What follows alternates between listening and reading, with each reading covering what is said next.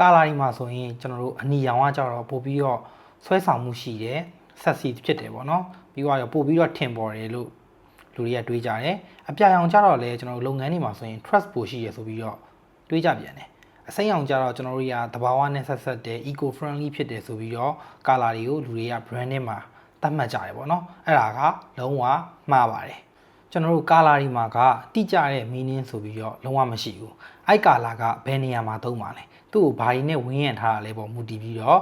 ကာလာတွေအတိတ်ပဲကကွဲသွားတယ်ဥပမာပြောရမယ်ဆိုရင်ကျွန်တော်တို့အစားအသောက်အနီရောင်ကိုအစားအသောက်မှာသုံးမယ်ဆိုရင်ကျွန်တော်တို့စားခြင်းစိတ်ဖြစ်စေရဲကျွန်တော်တို့ဒီစားခြင်းစိတ်ကိုလှုံ့ဆော်စေရဲဆိုတဲ့ပုံစံမျိုးနဲ့ကျွန်တော်တို့သုံးကြတယ်ဒါပေမဲ့ဆေးရုံတွေဘာတွေမှာသုံးမယ်ဆိုတော့အနီရောင်ကအားခြင်းဖြစ်တယ် emergency ဖြစ်တယ်ဒီအရေးပေါ်ဖြစ်တယ်ဆိုတဲ့အဓိပ္ပာယ်ကိုတက်ရောက်သွားပြန်တယ် construction တို့မှာသုံးမယ်ဆိုရင်အနီရောင်ကတတိပေးရဲ့အနေနဲ့သုံးကြတယ်ဒီဟာကိုမထိရဘူးအနေရရှိသည်ဆိုတဲ့ပုံစံမျိုးနဲ့သုံးကြတယ်ကျွန်တော်တို့ fashion brand တွေမှာသုံးမယ်ကြတော့ကျွန်တော်တို့ဒီ cosmetic brand တွေ fashion brand တွေမှာကြတော့ကျွန်တော်တို့ hot ဖြစ်တယ်ကျွန်တော်တို့ sexy ဖြစ်တယ်ဆိုတဲ့အဓိပ္ပာယ်အနေနဲ့အနီရောင်ကိုသုံးကြတာဖြစ်ပါတယ်အဲဒါကြောင့်မလို့ကာလာတွေမှာတိကျတဲ့ဒီအဓိပ္ပာယ်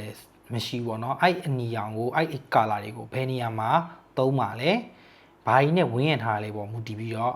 အရောင်လေးအဓိပ္ပာယ်ကအမြင်နဲ့ပြောင်းလဲပါတယ်ကျွန်တော်တို့ဒီ logo တွေ branding တွေစပြီးတော့လုပ်ပြီးဆိုရင်လူတွေကတွေးကြတယ်အပြရောင်သုံးမယ်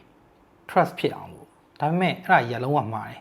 ကာလာဆိုတာနောက်ဆုံးမှစဉ်းစားရတယ်ပေါ့နော်ဘယ် industry ရဲ့သုံးပါလဲဘယ်သူတွေအတွက်သုံးပါလဲဘယ်နေရာမှာသုံးပါလဲပေါ့မူတည်ပြီးတော့မှကာလာတွေကိုရွေးချယ်ရတာပို့ပြီးတော့အဆင်ပြေပါတယ်